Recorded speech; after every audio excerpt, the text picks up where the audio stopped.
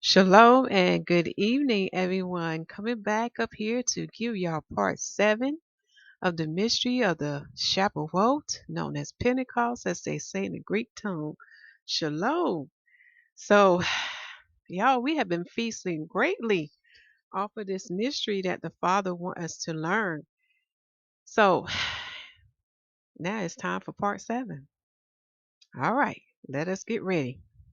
So, again, the title of this video is The Origins of Shavuot, Pentecost, and Sukkot, known as the Feast of Tabernacles, and the significance of Sivan 15th and the daily sacrifice.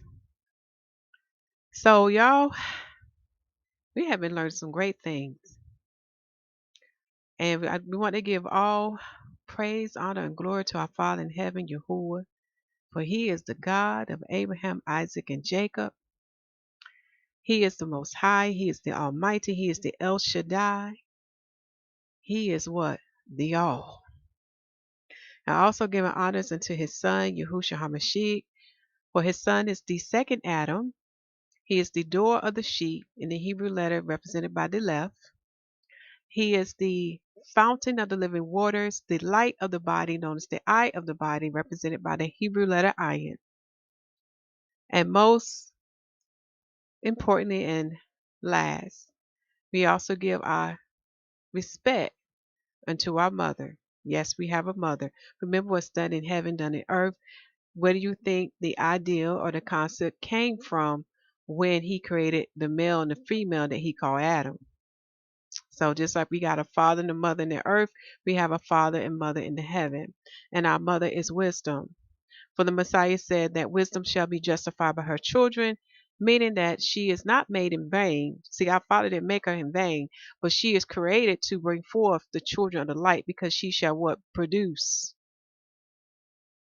David knew her well. Solomon knew her well, as well as many of our forefathers, starting with Adam and all the way down. They knew her very well. Okay, let us begin. I may be sharing some copyright material with you. Okay, so let's get this part out the way.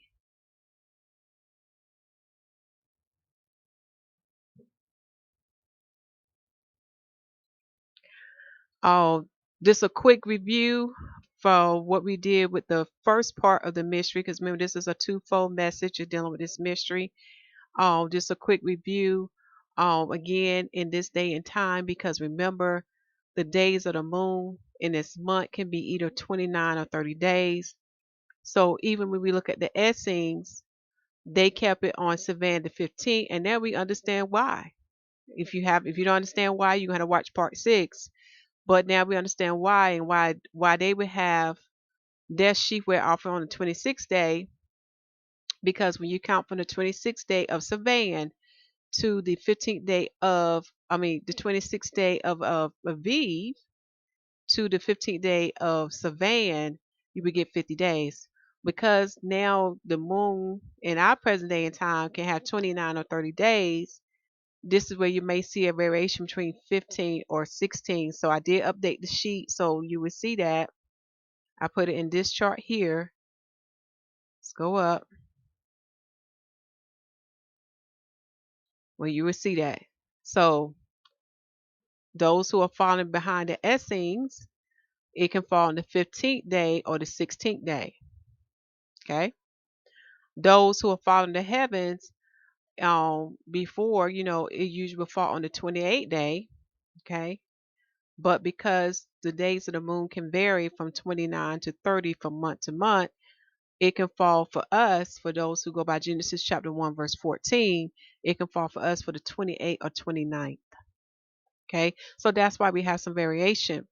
You can also see the same variation with Brother Hashur and with the Jewish. Okay. So this is why you see the date changing from year to year. Okay.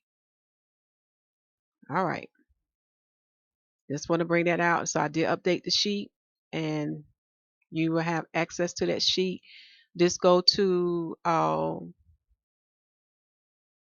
video that followed after the intro in the playlist. Okay. So now that's out the way. Now for a quick review of what we talked about in part 6, because I do want to clarify some things as far as dates are concerned. Let me go back up. So what I want to talk about with our forefather Abraham, again, notice that on the first month, which is the new moon day, which is the third month, our father spoken to him. Okay. And he spoken to him through a dream. I think in Genesis it said like a vision. But the father had told him that he will have an heir. Okay. On that day. The main thing I want to point out to you is that when the covenant or the Noah COVID covenant was renewed, and it started with Abraham on the 15th day of the third month. So notice the change. First, it was with Noah on the first month of the new moon day, but because after his death, um, the sons of Noah forgot about it and no longer kept that covenant, or in other words, kept renewing it until we get to our forefather Abraham. And when Abraham renewed that covenant, he renewed it on the 15th day. So now we can see a date being changed. I mention this to you because we have to understand the mindset of Yah. Okay. So what I did update the sheet some more. I added some more information, such as when you get to Jubilee chapter 15, under the third month, the 15th day, notice here this is the day when Abraham kept the feast of the first fruits of the grain harvest. Notice how the Father said that he will multiplied his lineage greatly. Okay. And even on that same day, their name was changed, Abraham and Sarah, for they'd be the father and the mother, right? The father and the mother of this people that would come forth. Now remember, it's a twofold message in that. It's a spiritual message in that too. For they are the father and the mother of the faithful. Okay. Watch part 6 to understand what I'm saying about the faithful. And notice the covenant he made with Abraham is an eternal covenant that will be fallen upon a holy seed or a holy offspring, which was Isaac, right? The next thing I want to point out to you, notice that on the 8th day of Caslu, because that's when Isaac was born. So I probably need to put that in there. But when Isaac was born, he was born in the month of Caslu. Okay, that's in the Israelite year. But when you get to the Adamic year, it's actually the third month in the Adamic year. Okay. But notice here that he was circumcised on the 8th day as the Father instructed him to. And then on the, it was something I put down on the 22nd. That's right, the 8th day, which is the 22nd day of the third month. Because he was born what? The 15th day. The 15th day. And you count the 15th day, 15 is day 1, 16 is day 2, 17 day 3, 18 day 4, 19 day 5, 20 day 6, 21 day 7, and then 22 is day 8. Okay? So it's the third month. So the 8th day falls on the third month of, okay, third month and 22nd day. And that's Caslu.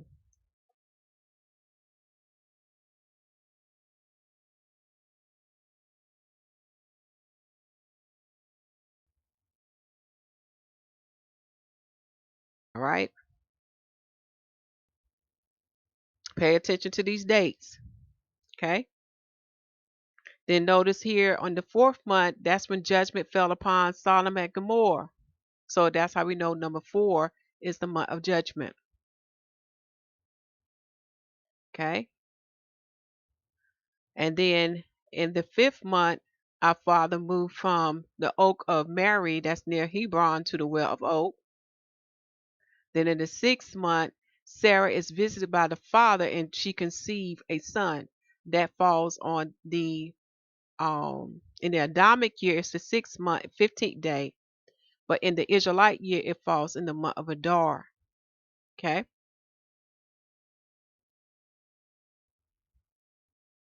So, like I said, on the 3rd month, 22nd day, Isaac is the first of the first to be what? Circumcised before everybody else. Why? Because the covenant fell unto him. Okay. So when we get to the 7th month of the Adamic year, which was the 15th day, when we convert that to the Israelite year, it's the month of Aviv. And this is the day when Abraham keeps, he's the first one. He's the uh, founder of the feast of Sukkot. Okay. He's the first one to celebrate it. So this is the beginning of Sukkot and it falls on the 15th day. Okay. And another thing that the Father will bring you to your attention, notice that in the northern hemisphere, when we get to the spring equinox day, okay, because in spring time, we are keeping what we call Passover or Peshat. But in the southern hemisphere, like in Australia, they are keeping what? Feast of Tabernacles. I think that's amazing. Now we can see why he had the two hemispheres doing the opposite. One is representing the Israelite year, and the other is representing the Adamic year. Ain't that amazing? Okay. So, just check that out. Okay. And just watch part 6. So now that we got that part about Abraham, now we understand about that part, we need to come back to Noah and finish reading out Jubilees chapter 6. All right, let us begin.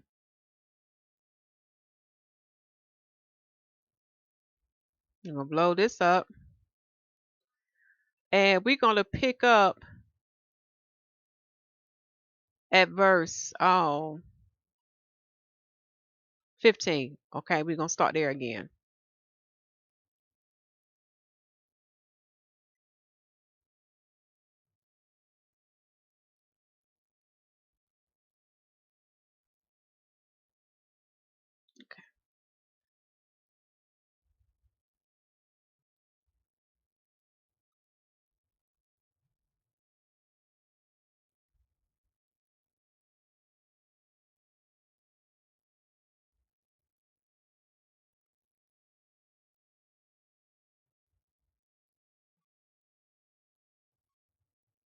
I get there.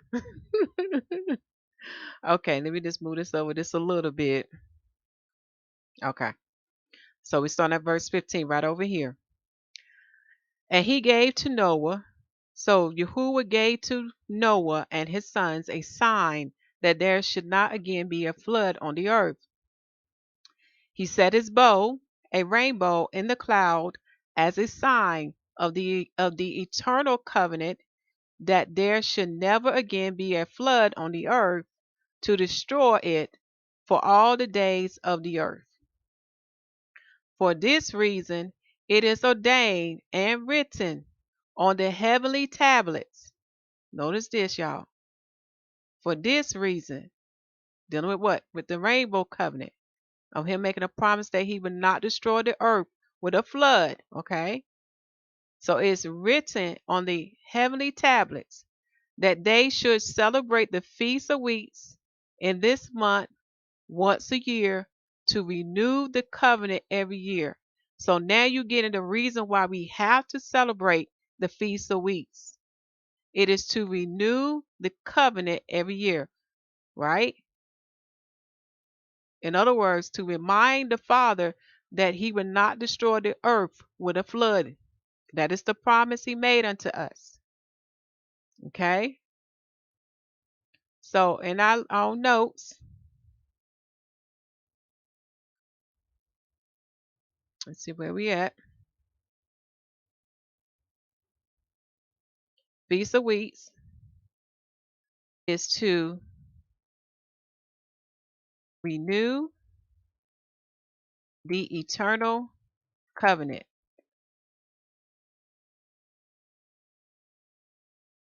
That is the purpose. Remember that.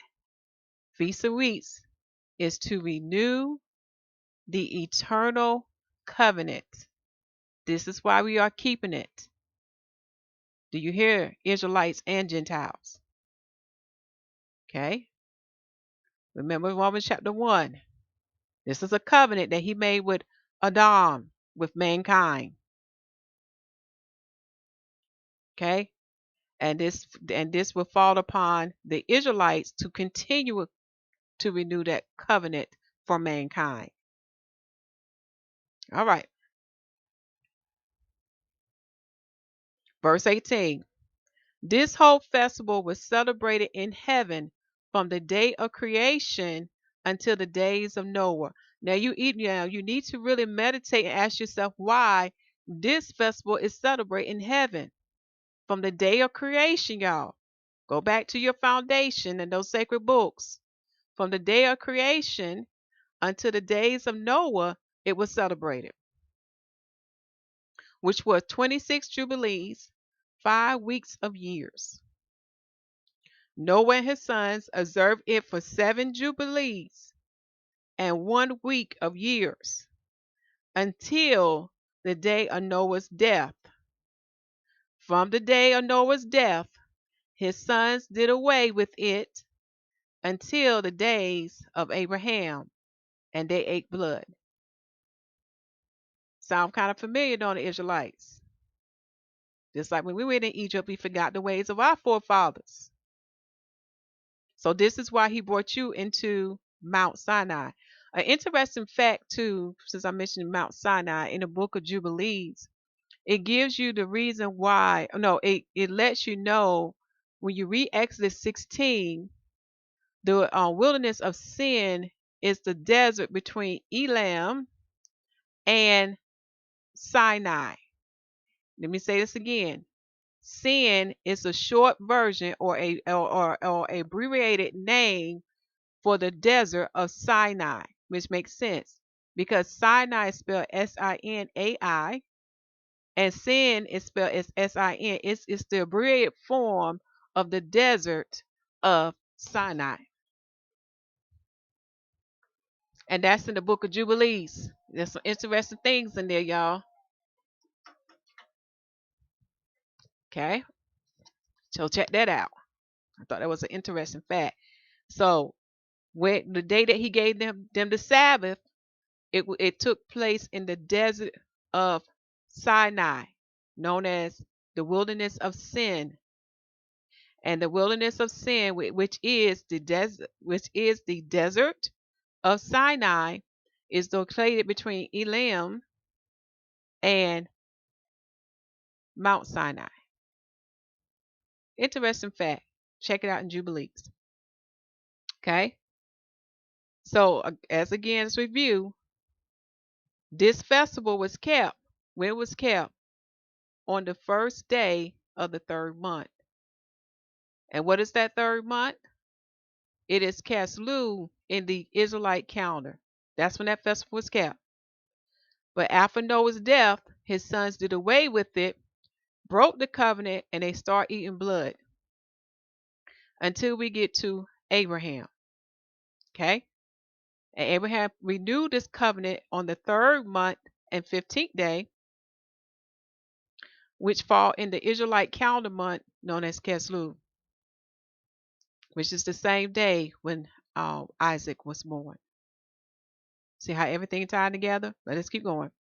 But Abraham observed it, and Isaac and Jacob and his children observed it up to your days. So he's talking to Moshe now. He said they observe it up to your days.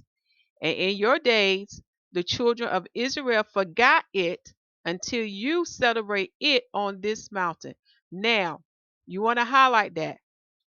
The only time they celebrate a feast like this that aligns up to Genesis 1:14 of falling on the 4th month and the 28th day is when Aaron said, tomorrow is a feast unto Yahuwah. Go back and check out the Hebrew translation of that scripture. And you will learn starting from Exodus 24 and even reading after the 24 to 32. You will learn that Aaron had knowledge of this feast day. This is the only time you see it ever being mentioned in Torah that gives you an exact date. So it'll fall on the 4th month and the 28th day of the Israelite calendar, which is summertime. So notice what he told Moshe in the mountain. In your days, the children of Israel forgot it until you celebrated it anew on this mountain. What is that mountain? Mount Sinai. Verse 20. Command the children of Israel to observe this festival in all their generation for a commandment to them. One day in the year, in this month, they shall celebrate the festival. For it is the feast of weeks and the feast of first fruits. This feast is twofold and of a double nature according to what is written and engraved concerning it, celebrated. So he's now giving us the reason why we celebrate this feast. We are celebrating two things: the feast of weeks and the feast of the first fruits of the wheat harvest. We're dealing with what? With the rainbow covenant, and we're dealing with what? The promised seed that is to come. Because we know the Holy One that is to come from Abraham to Isaac to Jacob, who's named Israel, the Holy One that would come through the line of Judah is Yahusha HaMashiach. And I gave you the mystery of the Feast of Weeks. He said, you must count 7 days, and then in the 8th day, my judgment would come, and then things would be anew, and you will have a new beginning. And within the 7 days, this is why it's so important. He's given us what? 7 days to repent, 7 days to make it right before his judgment. I'm talking about Yahuwah's judgment. I'm not talking about the Messiah's judgment, but before his judgment come, because his judgment is the eternal judgment. And whatever the judgment is, it will be forever. Okay? So we are celebrating two things in this festival in verse 21. Let me make sure we have that in the notes.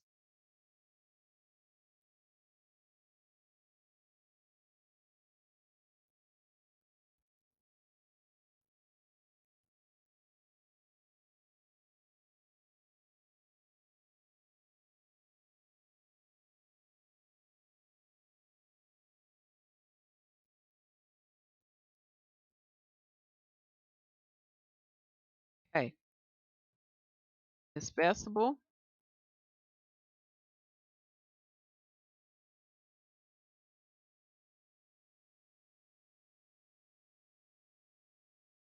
And notice the date change. We went from the 3rd month now to the 4th month. Why? 4th month represent judgment. Remember how he judged Sodom and Gomorrah in the 4th month? Remember, 3 represents 7. Let us know that it's the 7th day of the week. The 4th month is associated with number 8. Let us know that it's judgment. Okay? So in this holy festival, we are to what? Celebrate two things. Feast of Weeks. Notice that it starts from creation. Makes sense. He wants to count from the days of creation. So from the days of creation, the first judgment came in the 8th day, which is the flood. It brought a new beginning. Now from that day, we're to count 7 days, and in the 15th day of creation shall his kingdom come, the eternal kingdom, the kingdom of heaven, and he shall bring his eternal judgment. This is why it's named the Feast of Weeks. It's to remind you of the next judgment to come. First there was water, now the second judgment shall be fire. Okay? So Feast of Weeks and then Feast of the First Fruits. This is why now we see why the Messiah said, but yet harvest comes in the 4th month. Well, but yet harvest come in 4 months. Now we see why he's saying what he's saying now. We can match all this up now. It's making sense. Okay? Making sense now unto us. Right?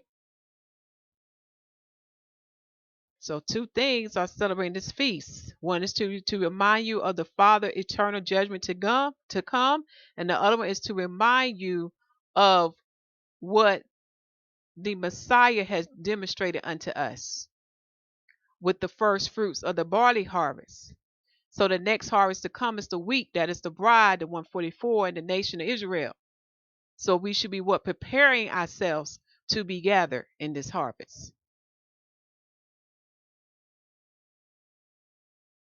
Very important. So we're celebrating two things in this. Now we see why. It's a twofold message. All right, let's go back to the book. Verse 22. For I have written in the book of the first law, in that which I have written for you. So he's talking to Moshe, that you should celebrate it in its season, one day in the year.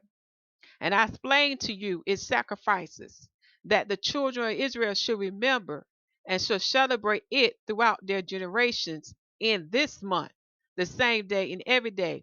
So that's another thing that we're going to look at in the next part to come. We're going to look at the days of Moses being on that mountain. What was the day he went into the mountain to talk to the Father for 40 daylights and 40 nights? It was day 18. He went up to Mount Sinai after the morning activities, after they had already went into covenant with the Father. They went into the marriage. It was sealed with blood. So after that, he went into the mountain in the daylight phase. And when he went to the mountain, he stayed in a cloud for how many days? For 7 days. And then on the seventh day, that's when the Father began to speak to him. So when you read Exodus chapter 19 to 24 and even up to 32, you need to write out those things. And then you're going to see why that this festival fell in this month, the fourth month. Okay, so this is why when you read this English version, it don't specify it, because as you walk through the scriptures, you should see how the month's going to line up. But now that the Father has given us what? Confirmation upon confirmation, especially what his Messiah say. Then we got a historical event that lines up. Okay? Makes sense now. All right. So now we're going to read verse 23. On the new moon of the first month. What's the new moon of the first month? Now this is dealing with the Adamic year. The new moon on the first month, that's Ethanim, Tishri. Let us keep going. So on the new moon of the first month, and on the new moon of the fourth month, and on the new moon of the seventh month, and on the new moon of the 10th month are the days of remembrance. So we got first month, fourth month, seventh month, and 10th month. Now we're gonna explain why these are the days to remember. Do you hear, Israelites and Gentiles? This is on the new moon day, right? These are the things he wants you to remember about these months on that first day. And the days of the seasons in the 4 divisions of the year. So now it's giving us the breakdown how we came to having 4 seasons now. These are written and ordained as a testimony forever. So this has not been put away. We can still see the evidence of the 4 seasons in the earth, can we not?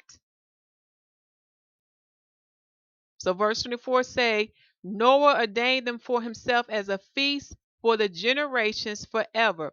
So they have become a memorial unto him. Say what? Now, looking at this verse, it's saying that Noah ordained these days, what?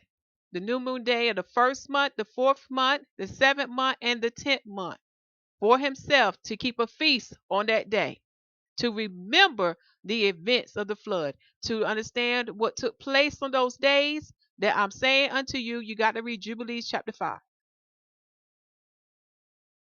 to get into the details. But verse 25 is going to give us what took place. Okay? The highlight. So let's read that. Then we go back to the chart. It says that on the new moon of the first month, he was told to make for himself an ark. So that took place in the Israelite calendar known as Tishri Ethanim. That is the 7th month unto us. So he built an ark in the 7th month, okay, which is the 1st month in the Adamic year. And on that day, the earth was dry, and he saw from the open ark the earth. So when he came back around, remember it took a year, right? That's when the earth became dry, and then the ark was open.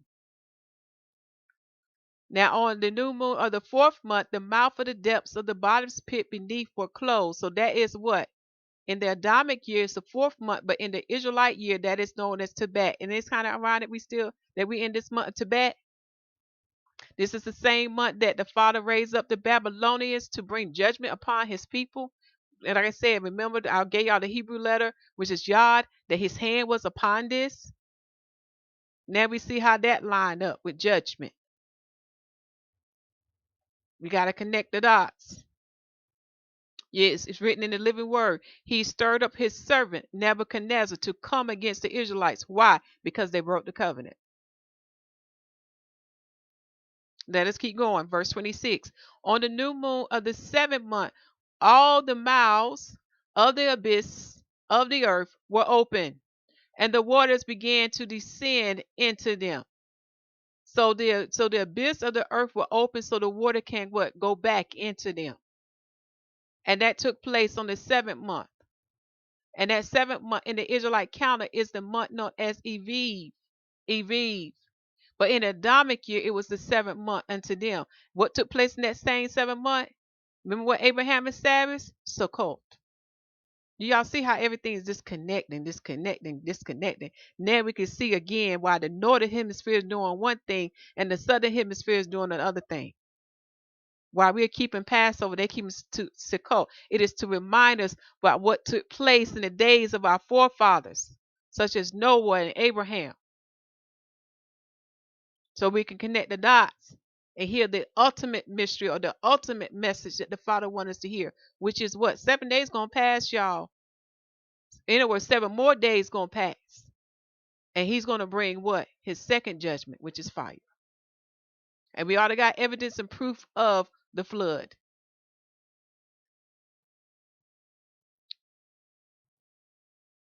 All right. On the new moon of the 10th month, the tops of the mountains were seen, and Noah was glad. So on the 10th month, y'all, don't this align up with the 4th month of the Israelite calendar? Do y'all see how everything go hand in hand? So this is why Noah kept these days for a feast for him, because it say in verse 28, because of this he ordained them for himself as feasts for a memorial forever, and thus are they attained. So you can see Noah keeping these as feasts. Why? He want to remember what went down, what happened, so he can remember what the Father established in the covenant with him. So when you get to your notes here, notice here, I put down these events.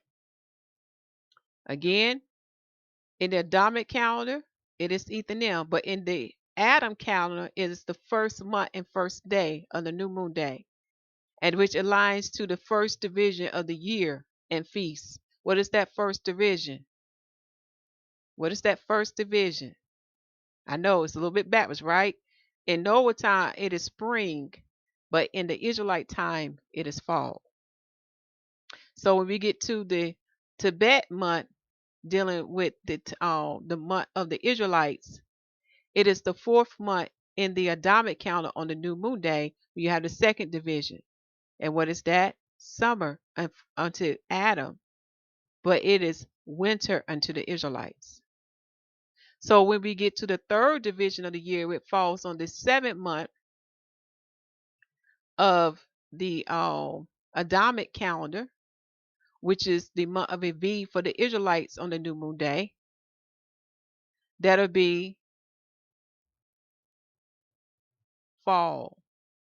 Fall for Adam in his time, but it'll be spring for the Israelites. So when we get to the 4th month of the Israelite calendar, the 4th month, I need to put the left, so that way I can remember that's dealing with the Israelite calendar. Okay.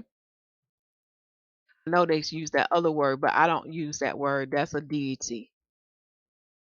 Okay. That's a Babylonian deity. So in the Israelite calendar month, it's known as the 4th month. Okay. But in the Adamic calendar, it's the 10th month, which is day 1, which is the 4th division, and that is what? Winter. Winter for them. But it is what? Summer for us. This is how we get into 4 seasons. Another great chapter to read in the book of First Enoch is chapter 82 to get down the breakdown of this year. So we're going to get to now. We're about to read about that a little bit. Okay. I'm going to put that in our notes too, for those who want to study a little bit more about that type of calendar setup before the change came in. And the change I'm talking about, you have to read Second Enoch. Okay. But let us keep reading. Let's see here. So Noah kept these days as a feast day. What day? The 1st month, the 4th month, the 7th month, and the 10th month on the new moon day. Do y'all see that? But now we don't see nobody keeping it now. But for us, unto the Israelites, we keep the new moon day feast, do we not? Something to think about. All right. Verse 29. And they placed them on heavenly tablets. So as you see, when Noah kept this stuff as a memorial in the heaven, they also written them on heavenly tablets. Each had 13 weeks from one to another past their memorial, from the 1st to the 2nd, from the 2nd to the 3rd, and from the 3rd to the 4th. Okay? So we know that's dealing with what? The sun circuit. Again, when you read First Enoch, you'll get the breakdown of that. Verse 30. All the days of the commandment will be 2 and 52 weeks of days, and these will make the entire year complete. Thus it is engraved and ordained on the heavenly tablets. And there's no neglecting this commandment for a single year or from year to year. So we'll pause there. As you see, this is still held unto us. This is a covenant that Father has made. So this now completes part 7. I hope you enjoy this session looking at the forefathers to understand why we now have different dates for the feast of weeks, okay, and the feast of the first fruit of the grain. Now we can see why, okay. Now we're going to go into part 8 in the next video to come out, according to Father Will, where we're going to talk about this chart here. All right. I got one more juicy stuff to add to this chart, but I'll wait when we meet again in part 8. Now that we laid on the foundation, now we can get to the meat. All right, my brothers and sisters, continue to preach that the kingdom of heaven is at hand, for it's truly at hand. And make sure the people receive salvation as written in Romans chapter 10, and baptize the people in the name of Yahusha HaMashiach. For the Lamb set the example, the water baptism and the Holy Spirit baptism, and the apostle continued them both. So if you have no one to baptize you, guess what? The Father made it easy. His heavens, his earth, and the waters are a witness unto him. And they can report back unto him of those who have entered into the renewed marriage, into the renewed covenant that his Son has made for us. And he had done the same with the Holy Spirit baptism. He made it easy.